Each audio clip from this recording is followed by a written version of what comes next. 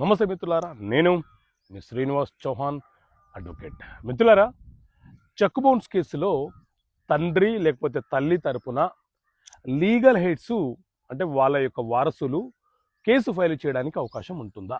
So మిత్రులారా, సాధారణంగా check bounce కేసులు అనేవి NI act, negotiable instrument act ప్రకారంగా మనము న్యాయస్థానంలో ఫైల్ చేస్తుంటాము.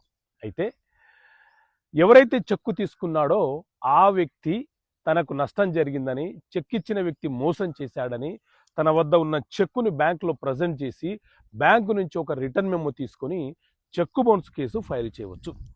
ఒకవేళ ఈ చెక్ బౌన్స్ కేసు వేసే వ్యక్తి అనారోగ్యం పాలై వృద్ధుడయి కోర్టుకు వెళ్ళలేని పక్షంలో అతను ఎవరికైనా పవర్ ఆఫ్ అటార్నీ అతని బాధ్యతలను మరొకరికి అప్పగిస్తూ రాసిస్తే ఇతని తరపున ఆ వ్యక్తి ఈ చెక్ బౌన్స్ కేసు ఫైల్ చేయవచ్చు.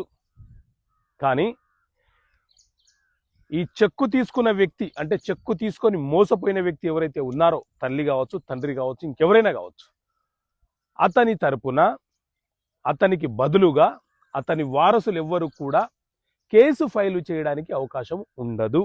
కానీ ఒకవేళ తల్లి లేకపోతే తండ్రి already cheque bounce case file చేసిన తర్వాత కేసు నడుస్తున్న క్రమంలో అనారోగ్యం పాలైపోయి లేకపోతే అకస్మాత్తుగా మరణిస్తే ఆ తర్వాత వాళ్ళ లీగల్ హెడ్స్ కొడుకు, కూతురు, కుమార్తెలు ఎవరైనా సరే వాళ్ళు ఆ కేసును ముందుకు తీసుకెళ్ళవచ్చు. ఆ సందర్భంలో ఆ కేసును వాళ్ళు ప్రొసీడింగ్ చేసే వెసులుబాటు వాళ్ళకు ఉంటుంది.